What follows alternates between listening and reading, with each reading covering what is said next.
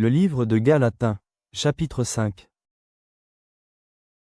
C'est pour la liberté que Christ nous a affranchis. Demeurez donc fermes, et ne vous laissez pas mettre de nouveau sous le joug de la servitude. Voici, moi Paul, je vous dis que, si vous vous faites circoncire, Christ ne vous servira de rien. Et je proteste encore une fois à tout homme qui se fait circoncire, qu'il est tenu de pratiquer la loi tout entière. Vous êtes séparés de Christ, vous tous qui cherchez la justification dans la loi. Vous êtes déchus de la grâce.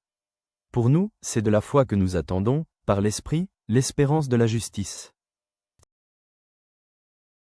Car, en Jésus-Christ, ni la circoncision ni l'incirconcision n'a de valeur, mais la foi qui est agissante par la charité. Vous courriez bien, qui vous a arrêté, pour vous empêcher d'obéir à la vérité? Cette influence ne vient pas de celui qui vous appelle. Un peu de levain fait lever toute la pâte. J'ai cette confiance en vous, dans le Seigneur, que vous ne penserez pas autrement. Mais celui qui vous trouble, quel qu'il soit, en portera la peine. Pour moi, frère, si je prêche encore la circoncision, pourquoi suis-je encore persécuté? Le scandale de la croix a donc disparu.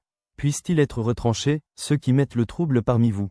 Frères, vous avez été appelés à la liberté, seulement ne faites pas de cette liberté un prétexte de vivre selon la chair, mais rendez-vous, par la charité, serviteurs les uns des autres. Car toute la loi est accomplie dans une seule parole, dans celle-ci, tu aimeras ton prochain comme toi-même.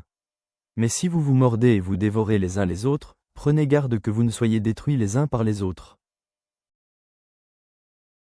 Je dis donc, marchez selon l'esprit, et vous n'accomplirez pas les désirs de la chair.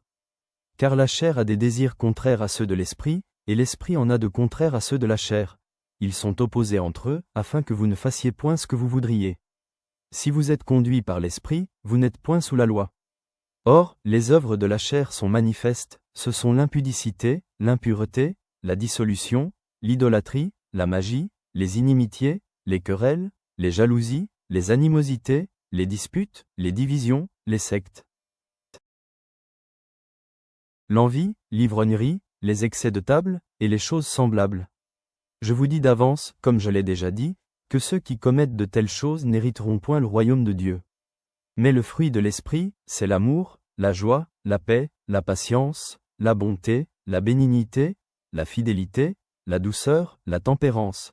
La loi n'est pas contre ces choses. Ceux qui sont à Jésus-Christ ont crucifié la chair avec ses passions et ses désirs.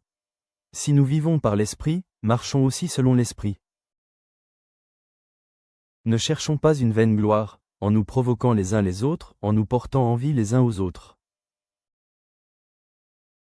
Père céleste, nous nous présentons devant toi, reconnaissant pour la liberté que nous avons en Christ. Aide-nous à vivre selon l'esprit, afin que nous portions les fruits de l'amour, de la joie et de la paix dans notre vie quotidienne. Enseigne-nous à marcher dans l'humilité et la grâce, à rejeter les désirs de la chair et à accueillir ta lumière qui nous guide. Fortifie nos cœurs dans l'espérance. Amen.